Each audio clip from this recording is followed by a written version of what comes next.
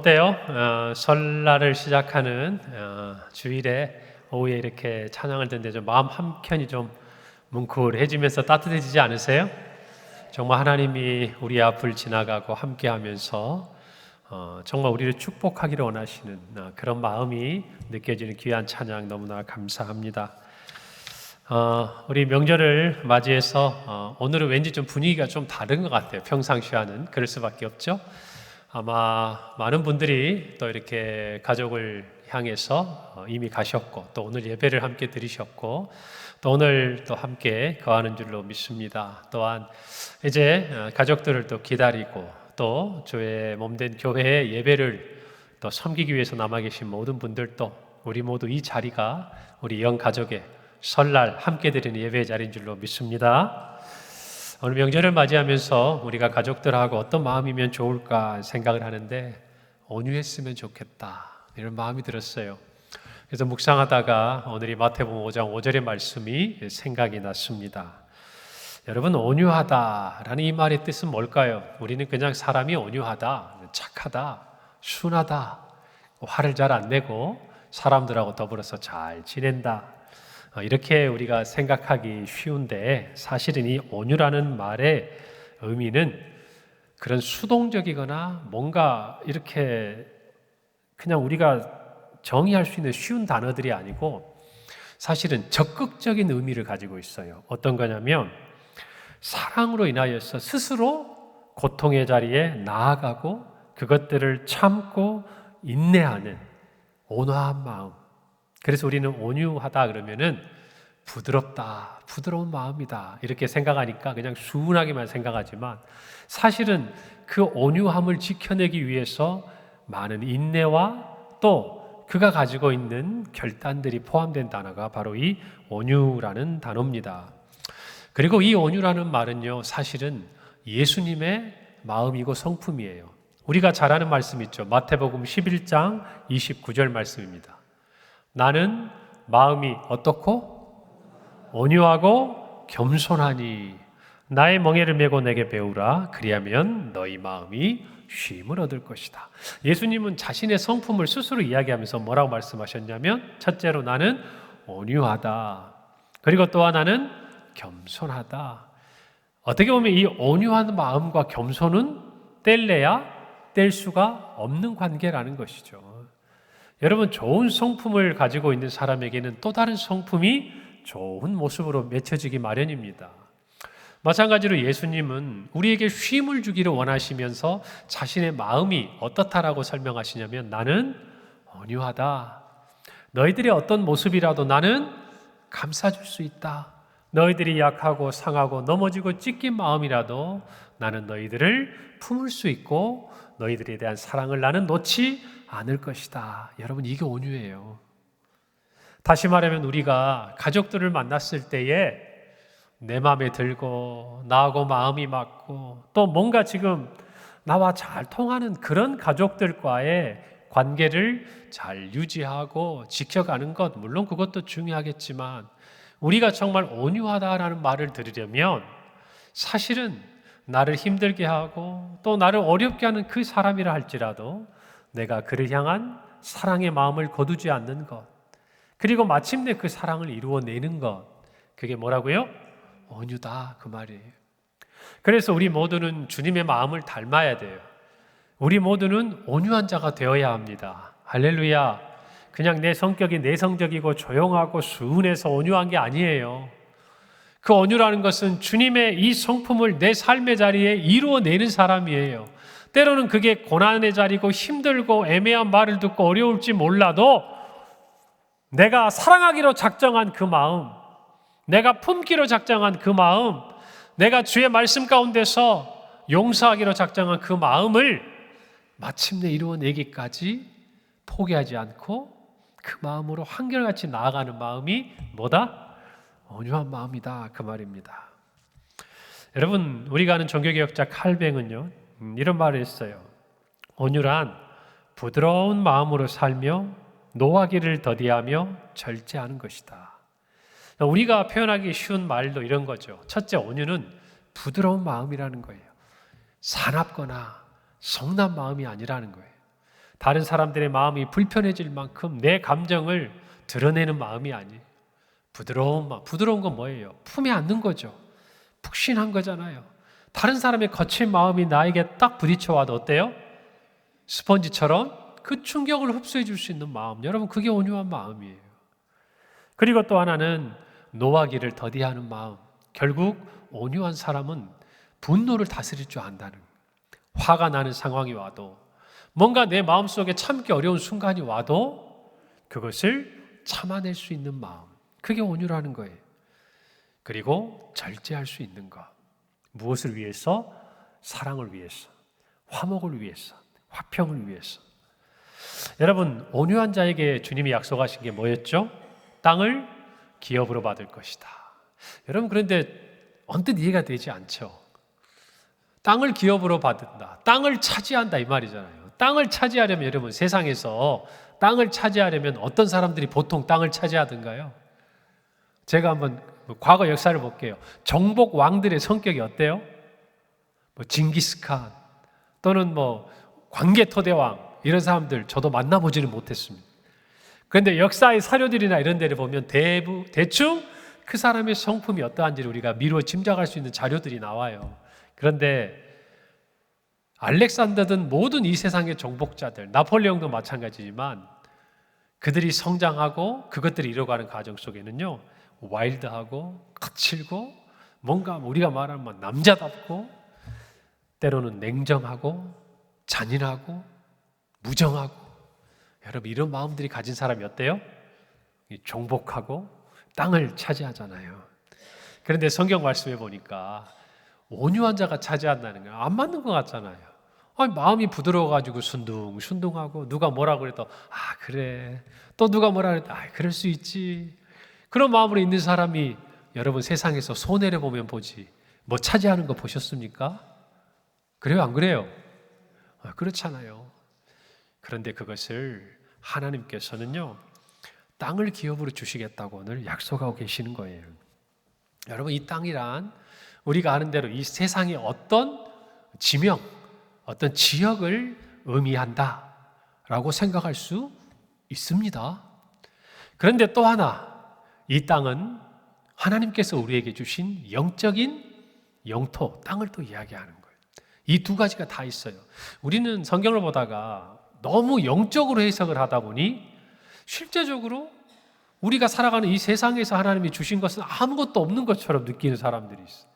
또는 반대로 그저 이 땅에 있는 현세적인 것들로 해석을 하다 보니까 이것이 가지고 있는 깊은 진정한 의미들이 뭔지를 깨닫지 못하는 경우가 많이 있다는 거예요. 이 땅이라는 것은요, 두 가지 다를 성경에서는 포함하고 있다고 가르치고 있습니다. 여러분, 구약 이스라엘 백성들이 하나님의 약속을 가지고 출애굽을 합니다. 광야를 지납니다. 어디로 들어가요?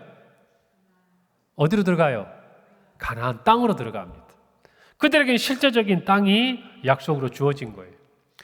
이 신약 시대를 살아가는 저와 여러분들은 어떻습니까? 예수 그리스도의 약속을 가지고 살아갑니다. 어떤 약속? 다시 오겠다. 내가 반드시 다시 오겠다. 그때 너희들 위해서 새 하늘과 새 땅이 준비되어 있다. 우리에게 주실 그 영원한 약속, 하늘의 시민권을 가지고 그 땅에서 살아갈 장차 이 말 새 하늘과 새 땅을 우리에게 주셨다고 말이에요.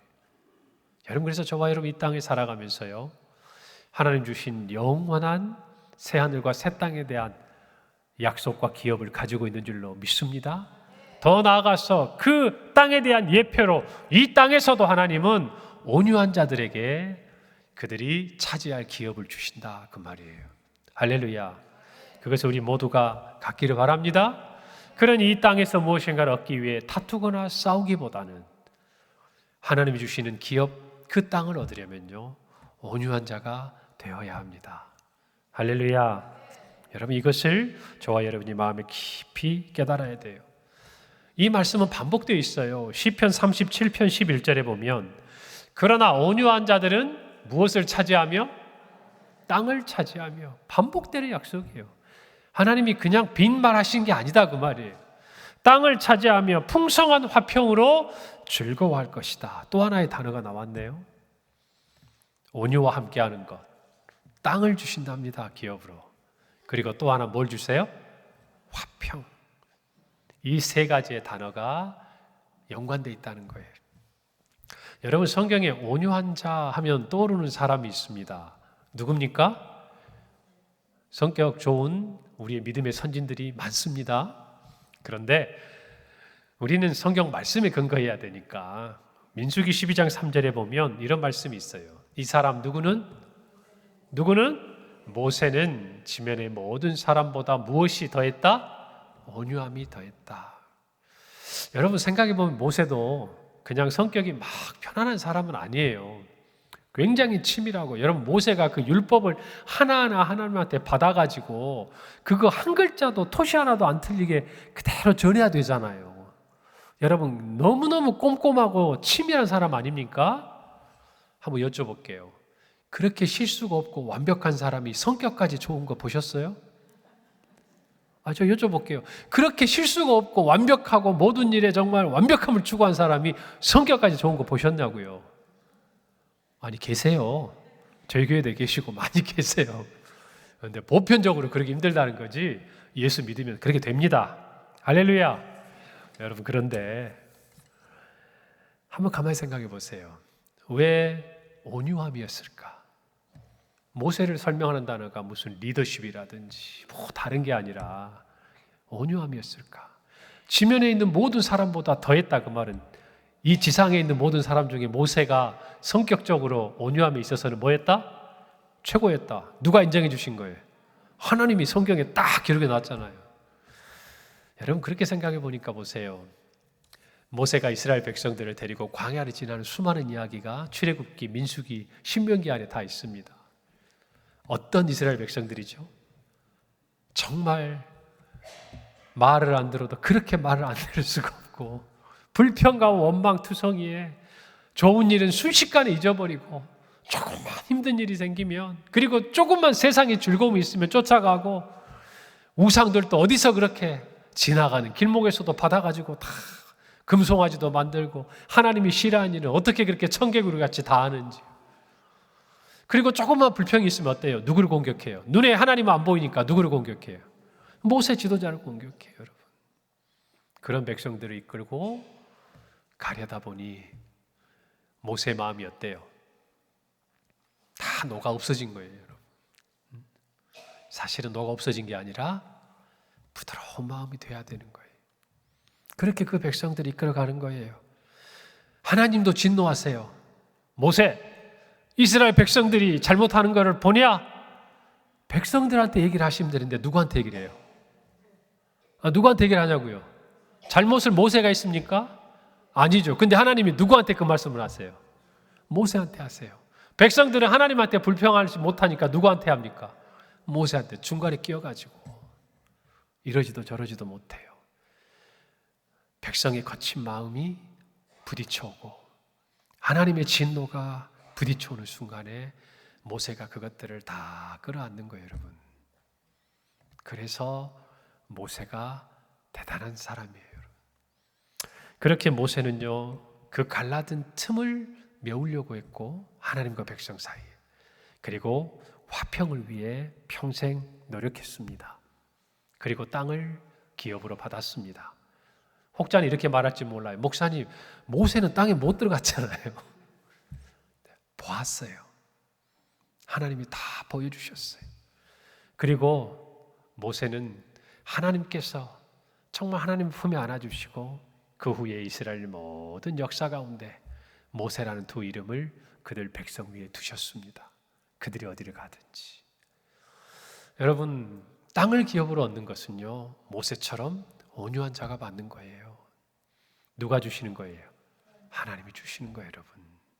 그리고 그 땅을 얻기 위해서 세상 사람들처럼 정복하고 다투고 침략하고 폭력을 쓰는 것이 아니라 품고 안아주고 이해하고 용서하고. 여러분, 그게 바로 모세의 온유함이라는 거예요. 오늘 저와 여러분이 이 명절에 가족들을 만날 텐데 우리가 그런 온유함이 있었으면 좋겠어요. 가족 구성원 안에도 서로가 상처를 주고받는 사람들이 있죠. 자라나면서 가지고 있는 아픔들도 있고요. 그럴 때 그 사이에 누군가 들어가야 되잖아요. 그 사이에서 누군가는 그 모든 것을 받아줄 수 있는 그 누군가가 있어야 되잖아요. 그런 상황이 우리의 가정 안에 있다고 한다면 우리 평강의 성도들이 그런 온유함으로 드러나기를 바랍니다. 그러면 하나님이 여러분의 가정이라는 땅을, 가족이라는 땅을 여러분에게 주실 거예요. 할렐루야. 또 한 사람이 있습니다. 그는 이삭입니다. 아브라함은 이삭에 비하면 참 존재감이 없어요. 우리가 아브라함은 믿음의 조상 그러는데 이삭은 왠지 좀 믿음의 조상이라고 얘기하려니까 별게 없어요. 한 가지 기억나는 거는 아버지 아브라함이 자기를 제물로 드리려고 했을 때 가만히 있었다는 거예요. 근데 사실은 그것도 이삭의 믿음보다는 아브라함의 믿음이 더 강조되는 측면이 있지 않습니까? 그리고 우리가 아는 게 또 하나 있어요. 자식 교육을 굉장히 잘했다고 볼 수는 없는 거죠. 하필이면 쌍둥이가 나왔는데 그 형제간에 서로 그냥 장자의 축복권 그게 뭐라고 받으려고 다투다가 평생을 오랜 시간 20년 이상을 떨어져 살아야 되는, 서로를 미워하는 살아야 되는 것을 부모로서 지켜보는 아픔의 시간들이 있던 거죠. 여러분, 그런데 평범해 보이면서 뭔가 독특하고 드러나지 않은 것 같은 이 이삭에게 그렇기 때문에 가지고 있는 장점이 하나 있습니다. 여러분, 흉년이 들 때 이삭은요, 그랄 땅이라는 곳에 가요. 제가 설교 시간에도 말씀드렸으니까 한번 떠올려 보세요. 그 땅에서 농사를 지었어요. 그 해 몇 배 수확을 얻었다고 성경에 기록되어 있어요? 100배나 얻었다 그랬어요. 자, 부자가 됐습니다. 여러분, 우리도요, 갑자기 로또로 맞고 부자가 되면 옆에서 잘 됐다 그러는데 뒤돌아서 배 아파하는 사람들이 많아요. 그럴 수밖에 없죠. 두 가지 선택을 하면 뭘 하시겠어요? 로또를 맞고 시기와 질투를 받으실래요? 다른 사람이 로또를 맞는 것을 시기하며 질투하는 게 편하시겠어요? 네, 로또를 차라리 맞는 게 낫겠죠? 자, 근데 여러분, 100배나 농사를 지으니까 그 땅에 살던 블레셋 사람들의 마음이 어떻겠어요? 마음에 안 든 거예요. 그래서 그를 괴롭힌 거예요. 그가 농사를 짓고 가축을 키워야 되는 그 우물을요, 흙으로 메워버립니다. 그리고 이삭에게 이렇게 말합니다. 창세기 26장 16절이에요. 아비멜렉이 이삭에게 이르되 내가 우리보다 크게 강성한 즉 우리를 떠나라. 이제 우리는 너랑 같이 살고 싶지 않다 그 말이에요. 너 부자 돼서 이렇게, 우리는 평범한데 너는 100배나 수확을 얻고 이 과정이 우리에게 너무 불편하다. 그러니 좋은 말로 할 때 떠나라 이 말인 거죠. 결국엔 떠납니다. 그래서 이 그랄 골짜기에 거주를 해요. 여러분, 그런데 이 팔레스타인 지역에서 우물이라는 것은요, 생명과 같은 거예요. 물이 귀한 데서 우물은 어떻겠습니까? 여러분, 아프리카에 우물 파기 운동하는 거 여러분 한번 보셨죠? 우리 교회도 그런 거 했는지 모르겠는데 예전에 한국 교회는요, 아프리카의 땅에 그 아이들이 멀리 강에서 먹을 수 없는 그 물들을 막 가져다가 먹는 그것이 안타까워서 한국 교회가 오래전부터 한 가지 한 큰 사업들이 어떤 게 있었냐면 이 마을마다 우물을 파주는 거였어요. 여러분, 정말 그 물은 생명줄인 거예요. 그 모든 오염된 물 때문에 모든 질병과 모든 정말 전염병들이 나도는 그런 안타까운 일들이 일어나는 것. 예전에 이 팔레스타인 지역에서도 우물은 그렇게 귀한 거였어요. 여러분, 그런데 그 우물은 메워버리고 빼앗아 버린 거예요. 골짜기에 가서 팠습니다. 그랬더니 이 그랄의 목자들이 쫓아와가지고 우리 거다 얘기하는, 뺏어가는 거예요. 그래서 다투다라는 뜻을 가진 에색이라 하고 이름을 짓고 줍니다. 다시 우물을 팠어요. 그런데 또 쫓아와가지고 또 반대하고 또 달라는 거예요. 그래서 그들이 반대한다라는 뜻을 가진 신나라는 이름을 짓고 또 줍니다. 이게 뭡니까? 온유한 자는 땅을 얻는다면서요. 이게 땅을 얻는 거예요? 다툼을 피하고 양보하고 희생했는데 결과는 뭐예요? 빼앗기고 있잖아요. 그런데 세 번째 우물을 팝니다. 창세기 26장 22절. 이삭이 거기서 옮겨 다른 우물을 팠더니 그들이 다투지 아니하였으므로 그 이름을 르호봇이라 하여 이르되 이제는 여호와께서 우리를 위하여 넓게 하셨으니 이 땅에서 우리가 번성하리로다. 세 번째 우물은 블레셋 사람들도 염치가 있었던 것 같아요. 더 이상은 다투지 않고 두 개의 우물이 있으니 나머지는 이삭에게 줍니다. 여러분, 우리는 그가 우물을 포기하는 것을 답답해할 수 있습니다. 그런데 또 하나의 측면을 놓쳐서는 안 돼요. 그가 우물을 파는 곳마다 물이 나왔다는 거예요.